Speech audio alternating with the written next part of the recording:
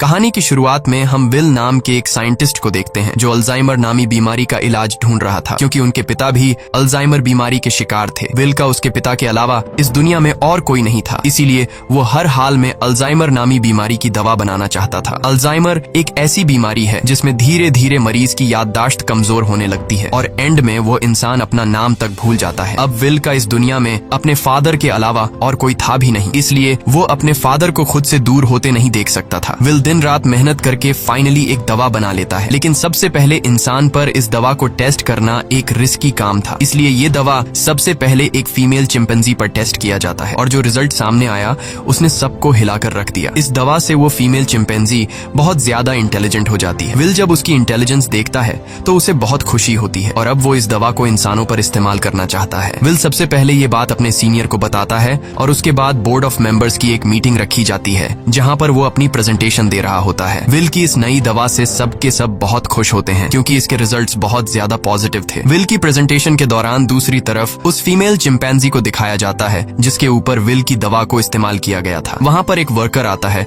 जो उसे वहाँ से दूसरी जगह शिफ्ट करना चाहता है, लेकिन आज उस चिंपैंजी का नेचर थोड़ा अलग था। वो उस जगह से दूसरी जगह शिफ्ट नहीं होना चाहती थी। जब वर्कर जबरदस्ती करता है तो उस चिंपैंजी को बहुत गुस्सा आता है। वो उस वर्कर का हाथ पकड़ लेती है और उसके बाद वहाँ से निकलकर चारों तरफ तोड़फोड़ करना शुरू कर देती है। वो काबू से बाहर हो गई और उस जगह पहुंच जाती है जहां पर बोर्ड ऑफ मेंबर्स की मीटिंग चल रही होती है। यहाँ पर विल चाहकर भी उसे कंट्रोल नहीं कर पाता क्योंकि ये चिंपैंजी बहुत ज्यादा गुस्से में होती है, इसलिए इस चिंपैंजी को गोली मारनी पड़ती है जिससे उस चिंपैंजी की मौके पर ही मौत हो गई। इस हादसे के बाद बोर्ड के मेंबर्स ने ये माना कि विल की दवा की वजह से ये चिंपैंजी एग्रेसिव हो गई थी और अब चिंपैंजी की मौत के साथ साथ विल का ये पूरा का पूरा एक्सपेरिमेंट भी पूरी तरह से खत्म हो गया है। बोर्ड के मेंबर्स ने लैब में रखे सारे चिंपैंजी को मारने का हुक्म दिया क्योंकि उन पर भी विल की बनाई हुई दवा का इस्तेमाल किया गया था। हालांकि विल अपने बॉस को कन्विंस करने की कोशिश करता है कि मेरी दवा में कोई प्रॉब्लम नहीं है, लेकिन उसका बॉस साफ साफ मना कर देता है। वो कहता है कि अगर तुम्हारी दवा में प्रॉब्लम नहीं होती तो वो चिंपैंजी इतना ज्यादा अग्रेसिव नहीं होती। विल की 5 सालों की एक्सपेरिमेंट अब जाया हो गई थी। वो अंदर लैब की तरफ जाता है, तभी उसके पास लैब का केयर टेकर आता है और उसे बताता है कि आपकी दवा में कोई भी प्रॉब्लम नहीं है। दरअसल चिंपैंजी आपकी दवा की वजह से अग्रेसिव नहीं हुई थी, बल्कि उसने उसी वक्त एक बच्चे को जन्म दिया था जिस वजह से वो गुस्से में आ गई थी क्योंकि उसे वहाँ से शिफ्ट किया जा रहा था। और अब विल को पूरी बात समझ में आ जाती है। वो वर्कर उसे कहता है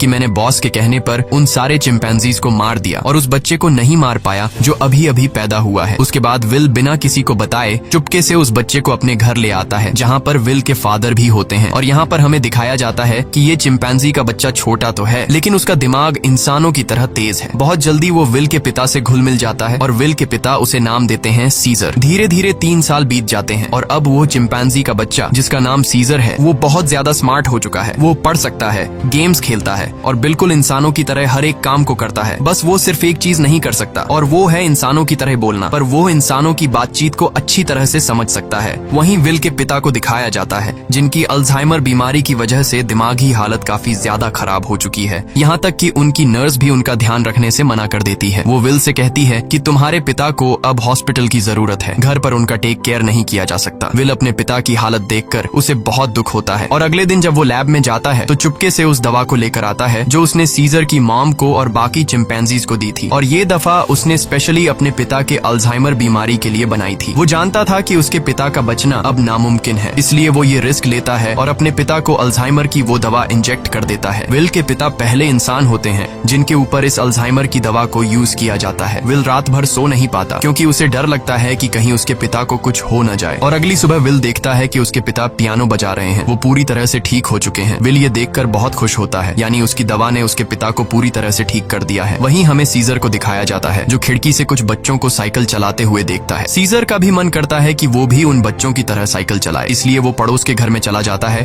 पर इस घर का मालिक बहुत ही खड़ूस इंसान था। वो सीजर को देख लेता है। अब वो सीजर को मारने के लिए बेसबॉल का बैट उठाकर उस पर हमला कर देता है, लेकिन उससे पहले कि वो उसे बुरी तरह से मारता, यहाँ पर विल और उसके पिता सीजर को बचा लेते हैं। विल पड़ोसी को समझाने की कोशिश करता है कि ये सिर्फ खेलने की कोशिश कर रहा था, इससे तुम्हें कोई खतरा नहीं है। पड़ोसी कहता है कि ये मेरे बच्चों को नुकसान पहुंचा सकता है और अगर ये बंदर का बच्चा दोबारा यहाँ पर आया तो मैं इसे मार दूंगा। यहाँ पर सीजर के पैर पर चोट लग गई होती है, इसलिए विल उसे डॉक्टर कैरोलिन के पास ले जाता है और जब कैरोलिन उसका इलाज करती है तो उसे पता चलता है कि ये बहुत ज्यादा इंटेलिजेंट है क्योंकि सीजर विल से इशारों में बात कर रहा होता है। जल्द जल्द ही विल और डॉक्टर कैरोलिन की आपस में दोस्ती हो जाती है। कैरोलिन को सीजर बहुत पसंद आ जाता है, इसलिए वो विल के घर आना शुरू कर देती है, जहाँ उसे पता चलता है कि सीजर हमेशा घर पर रहता है, उसे बाहर नहीं ले जाया जाता, इसीलिए सीजर हमेशा खिड़की से बाहर देखता रहता है। कैरोलिन विल से कहती है कि हमें उसे बाहर ले जाना चाहिए। विल को ये आइडिया पसंद आया और अगले दिन विल और कैरोलिन सीजर को पास के एक जंगल में ले गए, जिसका नाम रेडवुड है। वह खूबसूरत जंगल सीजर के लिए किसी जन्नत से कम नहीं था। सीजर को ये जगह बहुत पसंद आई और इसी तरह से 2 साल और बीत जाते हैं। अब विल और कैरोलिन एक दूसरे के साथ रिलेशनशिप में आ चुके हैं। सीजर भी अब बड़ा हो चुका है और ये लोग हमेशा उस जंगल में आते। एक दिन जब ये लोग रेडवुड जंगल में होते हैं तो वहाँ एक फैमिली आती है, जिनके पास एक डॉग होता है, जिसके गले में पट्टा बांधा गया होता है। वह डॉग सीजर पर भौंकने लग जाता है, जिसे देखकर सीजर बहुत ज्यादा मायूस हो जाता है। सीजर इसलिए मायूस नहीं होता कि डॉग ने उस पर भौंका, बल्कि वो डॉग के गले में पट्टा देख लेता है, और पट्टा तो उसके गले में भी विल ने बांधा था। वो विल से इशारे में पूछता है, क्या मैं तुम्हारा कोई पालतू जानवर हूँ? जिस पर विल जवाब देता है, नहीं, तुम पालतू नहीं हो, तुम मेरे बेटे हो। पर सीजर अब समझदार हो चुका था। वो अपने बारे में जानना चाहता था कि वो कौन है और कहाँ से आया है, इसलिए विल सीजर को अपनी लैब के बाहर ले जाता है और बताता है कि तुम्हारी मॉम यहाँ पर थी, हमने उसके ऊपर एक दवा का इस्तेमाल किया था और उसी दवा की वजह से आज तुम इतने ज्यादा इंटेलिजेंट हो। अब सीजर को अपने बारे में सब कुछ पता चल चुका है। इसके बाद ये लोग घर आते हैं,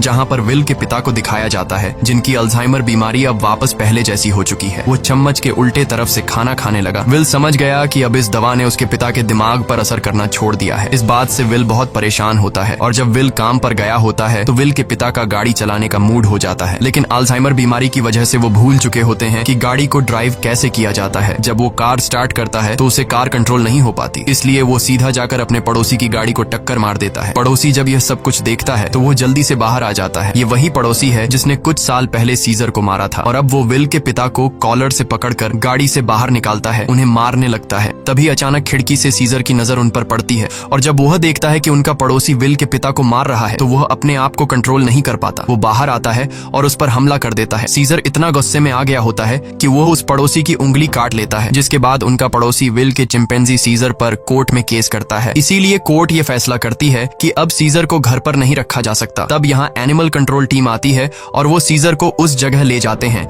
जहाँ पर और भी चिंपैंजीज रहते हैं। सीजर को लगा कि वो यहाँ घूमने के लिए आया है, इसलिए वो एक्टिविटी हॉल को देखकर खुश था, लेकिन उसे पता नहीं था कि अब वो यहाँ हमेशा के लिए कैद रहने वाला है। सीजर जब विल को यहाँ से जाते देखता है तो वो उसके पास दौड़कर आता है, लेकिन अब सीजर उस जगह में कैद हो चुका था। सीजर विल के पास आया और शीशे के दूसरी ओर से इशारे करने लगा कि मुझे भी अपने साथ ले चलो, लेकिन विल मजबूर है और वो कहता है कि तुम्हें अब यहीं पर रहना होगा। इस बात से सीजर को बहुत दुख होता है और विल उसे यहीं पर छोड़कर चला जाता है। दूसरी तरफ विल के पिता को दिखाया जाता है, जो एक बार फिर पूरी तरह से अल्जाइमर के शिकार हो चुके हैं और विल अब पहले से भी ज्यादा स्ट्रॉन्ग दवा बनाएगा ताकि वह अपने पिता की बीमारी को हमेशा के लिए ठीक कर दे। विल यह बात अपने बॉस को बताता है कि वह दवा जो मैंने पहले बनाई थी, मैंने अपने पिता के ऊपर इस्तेमाल की थी। वो पूरी तरह से ठीक हो गए थे, लेकिन ज्यादा वक्त तक नहीं। अब वो दोबारा से कमजोर हो रहे हैं, इसलिए अब मैं पहले से भी ज्यादा स्ट्रॉन्ग दवा बनाना चाहता हूँ। उसका बॉस उसे इजाजत दे देता है। दूसरी तरफ सीजर को दिखाया जाता है, जो बहुत ही ज्यादा उदास था। उसे उम्मीद थी कि जल्द विल आकर उसे घर ले जाएगा। वो सामने की दीवार पर चौक से एक ड्राइंग बनाता है, जो कि उस खिड़की का नक्शा था जिससे वो अपने घर से बाहर देखा करता था। वो अपने घर को बहुत ज्यादा मिस कर रहा था। इधर विल दिन रात कड़ी मेहनत के बाद वो दवा बना लेता है। अब इस दवा को एक चिंपैंजी पर यूज करने की तैयारी की जाती है और जब दवा को उसकी बॉडी में इंजेक्ट किया जा रहा होता है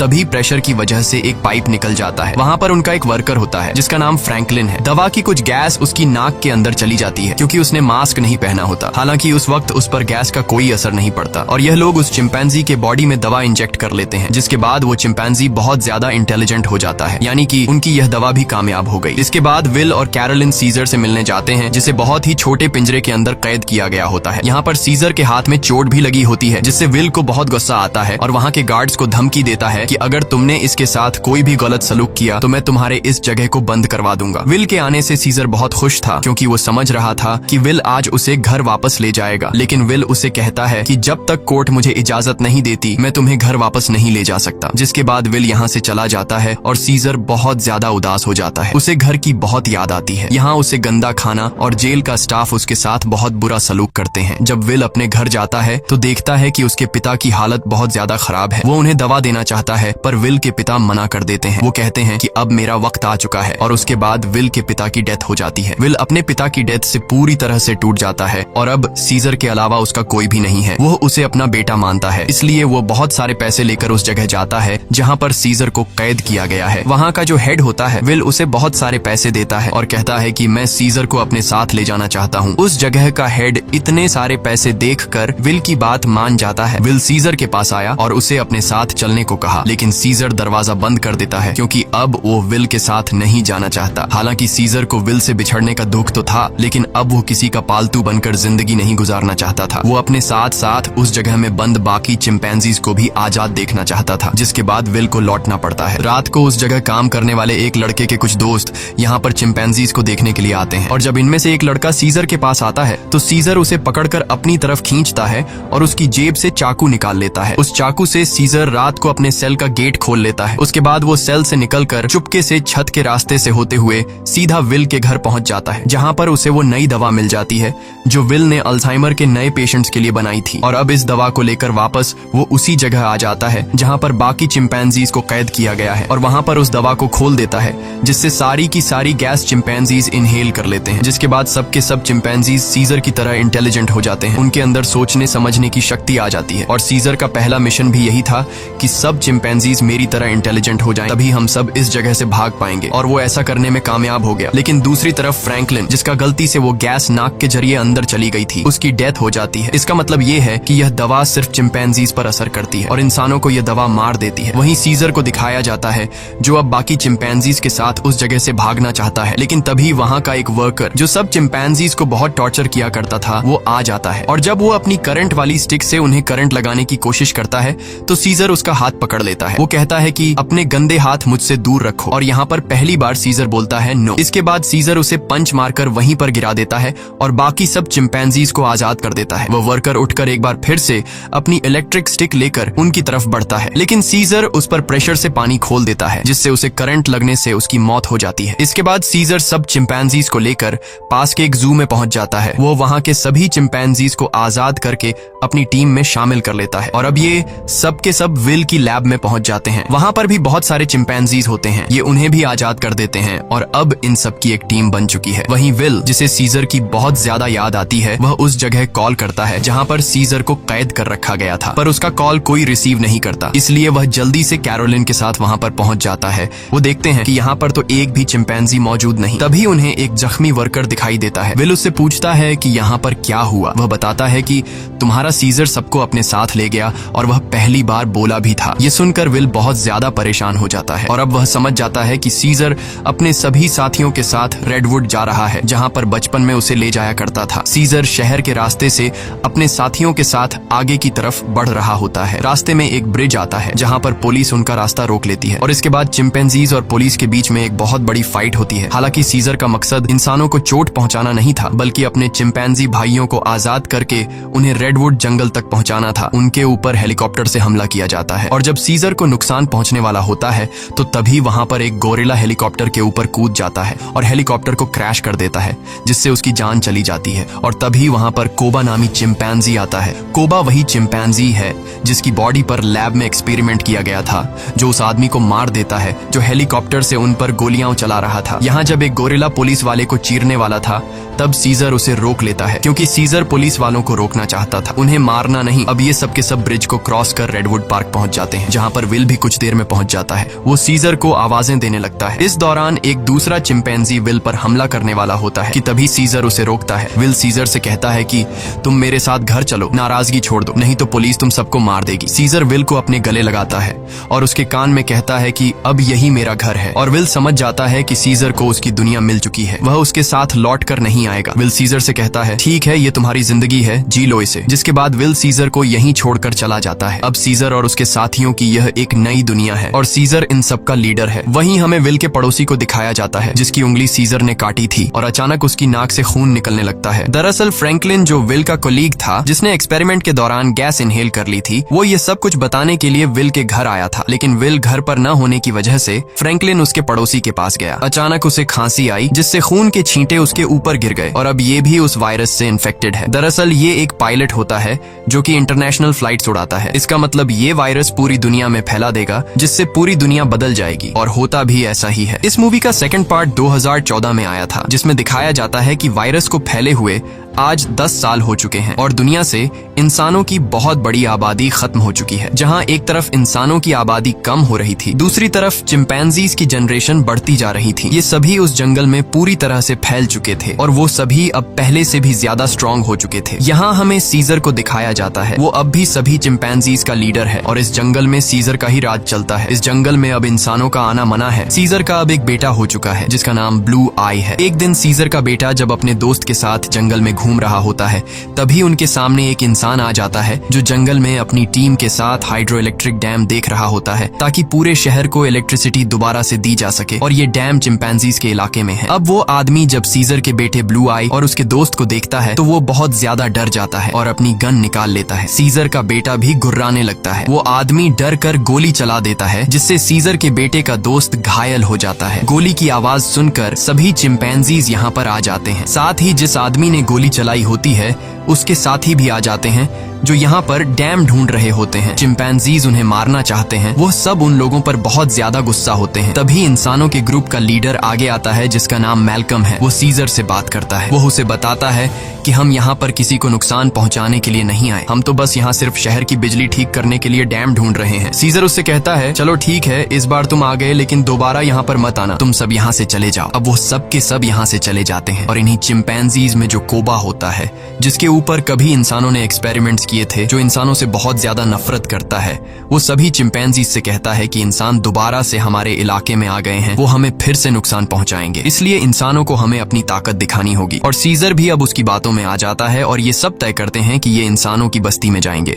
और अब सीजर अपने घोड़े पर बैठकर सबके आगे होता है। उसके साथ सभी चिंपैंजीज इंसानों के इलाके में जाते हैं। यहाँ पर दिखाया जाता है कि जो पहले रोशनियों से चमकने वाला एक खूबसूरत शहर हुआ करता था, अब वो पूरी तरह से वीरान हो चुका है। यहाँ पर टेक्नोलॉजी और बहुत सारी चीजें अब पूरी तरह से खत्म हो चुकी हैं। सीजर अपनी पूरी सेना को लेकर इंसानों के इलाके में पहुंच जाता है, जहां पर मैल्कम एक बार फिर से सीजर के सामने आता है और वो सीजर से कहता है कि हम तुमसे माफी मांग चुके हैं। सीजर कहता है कि आज के बाद अगर हमारे इलाके में कोई भी आया तो हम उसे मार देंगे। हम युद्ध नहीं चाहते, लेकिन अगर इंसानों ने दोबारा हमारे इलाके में आने की कोशिश की तो हम किसी को नहीं छोड़ेंगे। यहाँ पर कोबा भी होता है। कोबा चाहता है कि वो इंसानों से युद्ध लड़े, लेकिन सीजर इंसानों को वार्निंग देकर यहाँ से पूरी सेना के साथ निकल जाता है। वही मैल्कम को दिखाया जाता है जो बहुत ज्यादा परेशान होता है, क्योंकि जिस जगह में ये लोग रह रहे थे वहां पर बिजली नहीं थी और उनका पावर प्लांट खास उसी जगह में था जहां पर चिंपैंजीज का इलाका था। वहां पर जाना मतलब अपनी मौत को दावत देना है। लेकिन सारी जिंदगी ये लोग बिना इलेक्ट्रिसिटी के तो नहीं रह सकते थे, इसलिए उन्हें हर हाल में वहां पर जाकर बिजली ठीक करनी थी। मैल्कम अपने सीनियर से कहता है कि हमें एक बार सीजर से बात करके देखना चाहिए, क्या पता वो हमारी तकलीफ को समझ ले। जिसके बाद मैल्कम अपनी फैमिली और एक ग्रुप लेकर वहां जंगल के बाहर पहुंच जाता है। मैल्कम जब सीजर को अपनी सारी सिचुएशन बताता है तो सीजर समझ जाता है, क्योंकि वो इंसानों के साथ रह चुका है। उसे पता है कि इलेक्ट्रिसिटी का मतलब क्या है और इंसानों के लिए वो कितनी जरूरी है। सीजर कहता है, ठीक है, तुम लोग अंदर आ सकते हो, मगर एक शर्त पर, तुम्हें सारे हथियार हमारे हवाले करने होंगे। मैल्कम मान जाता है और अब अपनी टीम के साथ वो उस जगह पहुंच जाता है जहां पर पावर प्लांट है और इसके बाद ये लोग वहां पर काम करना शुरू कर देते हैं। मैल्कम की वाइफ और उसका बेटा चिंपैंजीज के बच्चों से बहुत जल्दी घुल मिल जाते हैं और जब ये लोग पावर प्लांट पर काम कर रहे होते हैं तभी एक चिंपैंजी को वहां पर छुपी हुई एक गन मिलती है और वो गन सीधा वो लेकर जाता है सीजर के पास। और जब सीजर को पता चलता है कि इंसान अपने साथ छुपाकर यहाँ पर गन लाए हैं तो उसका गुस्सा एक बार फिर से भड़क जाता है और वो मैल्कम और उसके साथियों से कहता है, तुम जंगल छोड़कर चले जाओ। लेकिन तभी सीजर को पता चलता है कि उसकी पत्नी, जो बहुत लंबे समय से बीमार थी, मैल्कम की पत्नी ने उसे दवा दी थी, जिससे अब वो पूरी तरह से ठीक हो गई। ये देखकर सीजर इंसानों को एक और मौका देता है। वो कहता है, तुम्हारे पास एक दिन और है, तुम इस पूरे पावर प्लांट को ठीक कर सकते हो और इसके बाद यहाँ से चले जाना। दरअसल मैल्कम का एक साथी, जो कभी एक पुलिस ऑफिसर हुआ करता था, उसे चिंपैंजीज पर बिल्कुल भरोसा नहीं है। वो उनसे नफरत करता है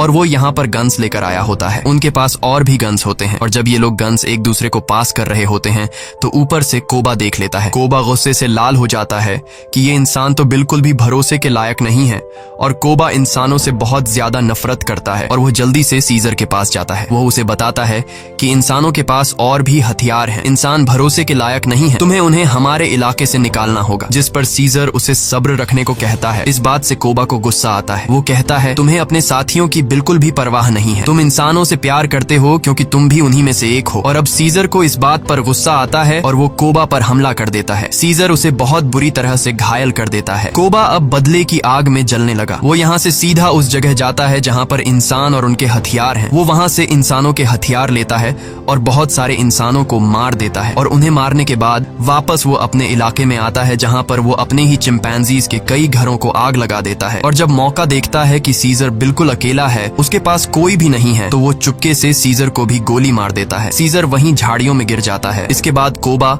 अब सभी चिंपैंजीज के पास जाता है और कहता है, इंसानों ने हमारे घर जला दिए और हमारे लीडर सीजर को भी मार दिया। वो हम पर हमला कर रहे हैं, हमें उन्हें सबक सिखाना होगा। कोबा इंसानों के खिलाफ युद्ध का ऐलान कर देता है। साथ ही वो यह भी ऐलान करता है कि अब मैं तुम सब का लीडर हूँ। इसे सब लीडर मान लेते हैं और इंसानों से युद्ध लड़ने के लिए तैयार हो जाते हैं। दूसरी तरफ इंसानों को दिखाया जाता है जहाँ उनके घरों में अब लाइट आ चुकी होती है क्योंकि पावर प्लांट ठीक हो चुका है। वो सब एक साथ मिलकर एंजॉय कर रहे होते हैं। वहीं कोबा अपनी पूरी सेना के साथ उस जगह पहुंच जाता है जहाँ पर इंसानों के हथियार हैं। सबसे पहले ये चिंपैंजीज इंसानों के हथियार को लूटते हैं और इसके बाद उन्हीं हथियारों से इंसानों के ऊपर हमला कर देते हैं। कई इंसानों को मार दिया जाता है। यहाँ पर वो छोटा चिंपैंजी भी होता है जिसे जंगल में एक इंसान ने गोली मारी थी और अब कोबा उसे हथियार देता है और कहता है, तुम्हें इंसानों को मारना होगा। पर वह मना कर देता है क्योंकि सीजर ने उसे सिखाया था कि कभी भी किसी भी इंसान पर बिना वजह हमला मत करना। और जब वो बच्चा कोबा का ऑर्डर नहीं मानता तो कोबा उसे मार देता है। साथ ही जो चिंपैंजीज उसका हुक्म नहीं मानते वो उन्हें कैद कर लेता है। वही जंगल में मैल्कम और उसकी वाइफ शहर की तरफ आ रहे होते हैं। तभी वहाँ पर उन्हें सीजर दिखता है जो बहुत बुरी तरह से घायल होता है। वो सीजर को अपनी गाड़ी में बैठाकर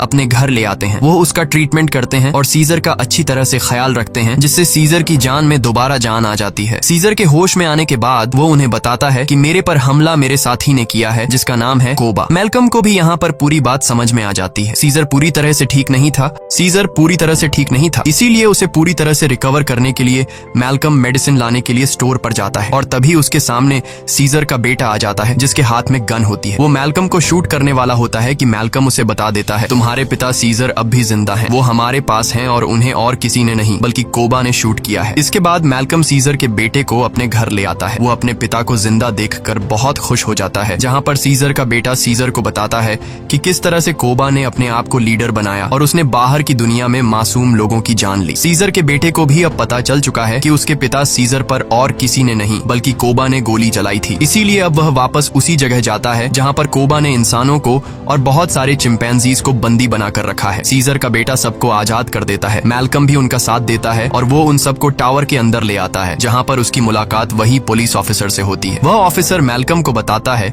कि इलेक्ट्रिसिटी आने के बाद मैंने रेडियो से आर्मी के साथ कांटेक्ट कर लिया है और बहुत जल्द बहुत बड़ी आर्मी की सेना यहाँ पर आने वाली है जो सभी चिंपैंजीज का खात्मा कर देगी। साथ ही वह यह भी बताता है कि मैंने टावर के ऊपर बहुत सारे बॉम्ब्स को फिट कर दिया है ताकि जब चिंपैंजीज टावर के ऊपर चढ़ेंगे तो मैं बॉम्ब को ब्लास्ट करके उन सब चिंपैंजीज को मार दूंगा। हालांकि इसमें उसकी खुद भी जान चली जाएगी। उसके हाथ में रिमोट कंट्रोल होता है और अब यह देखने के बाद मैल्कम और सभी इंसान वहां से भागना शुरू कर देते हैं। वहीं सीजर को दिखाया जाता है जो अब यहाँ पर पहुंच चुका है। उसका सामना कोबा से होता है और कोबा और उसके बीच फाइट शुरू हो जाती है। सीजर को जिंदा देखकर बाकी चिंपैंजीज भी कोबा की गद्दारी को जान चुके हैं। वहीं हमें उस पुलिस ऑफिसर को दिखाया जाता है जो टाउन के एक हिस्से को बॉम्ब से ब्लास्ट कर देता है जिसमें कई सारे चिंपैंजीज मारे जाते हैं, लेकिन कोबा, सीजर और उसके कई साथी अब भी जिंदा हैं। जब कोबा देखता है कि बहुत सारे चिंपैंजीज वापस सीजर को सपोर्ट करने लगे हैं तो वह उन सब पर गोलियां चलाना शुरू कर देता है। तभी सीजर काफी ऊंचाई से कोबा पर हमला कर देता है और उसे बिल्डिंग से नीचे धकेल देता है। कोबा लोहे की रॉड से लटक जाता है। अब वह सीजर से कहता है, प्लीज मुझे बचा लो, जिसके बाद सीजर उसका हाथ पकड़ लेता है, लेकिन कोबा ने जो किया है उसे माफ नहीं किया जा सकता। इसीलिए सीजर उसका हाथ छोड़कर उसे नीचे गिरा देता है जिससे उसकी मौत हो जाती है। और अब मैल्कम और सीजर एक दूसरे के सामने होते हैं। ये दोनों एक दूसरे से हाथ मिलाते हैं, यानी कि यह दोनों अब अच्छे दोस्त हैं, जैसे कभी सीजर विल का हुआ करता था। मैल्कम सीजर को बताता है कि बहुत जल्दी यहाँ पर आर्मी आने वाली है, तुम सबको यहाँ से निकलना होगा